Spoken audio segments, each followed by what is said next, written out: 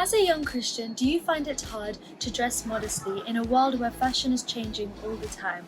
Well, you've come to the right place. Welcome back to another episode of Let's Talk About It. Today we have Gloria exploring the hows and whys of dressing modestly. So, I hope you enjoy and God bless. What does it mean to dress modestly? Modesty can be applied in many different situations. So, and one way of being modest is to not be too proud about yourself and not too proud about your actions and the qualities you possess. Another way of being modest is the way you dress, which is the topic we're covering today. The main meaning of dressing modestly is to dress without sexual intention and attraction.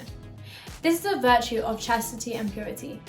Behaving modesty is also another attribute we should possess, which is to respect other people's boundaries and to keep within our own boundaries.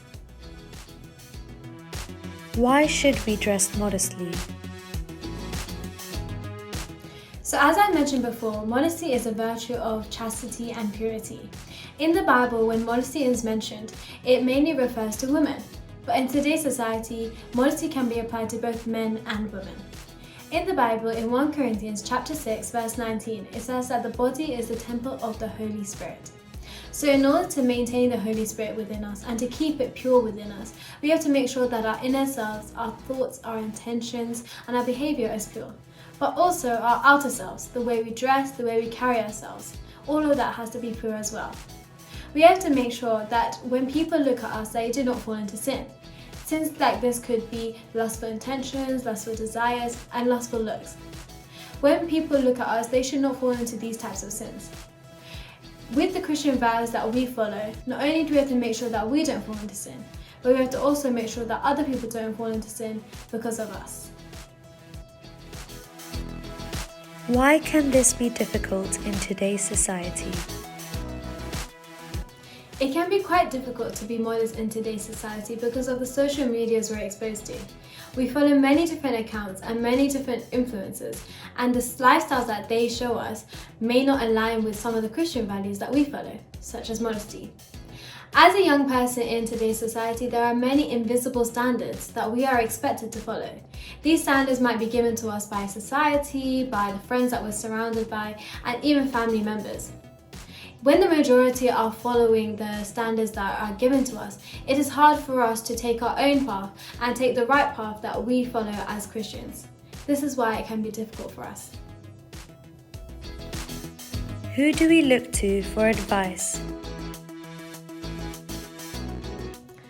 Personally, I look up to my mum for any advice on any situation, but on the way I dress and how I look, she always tells me how to dress appropriately for different situations and different events, and she always tells me if I'm dressing inappropriately or immodestly and tells me how to fix the way I'm dressing, and that subconsciously has set guidelines in my head of how I should look when I go out.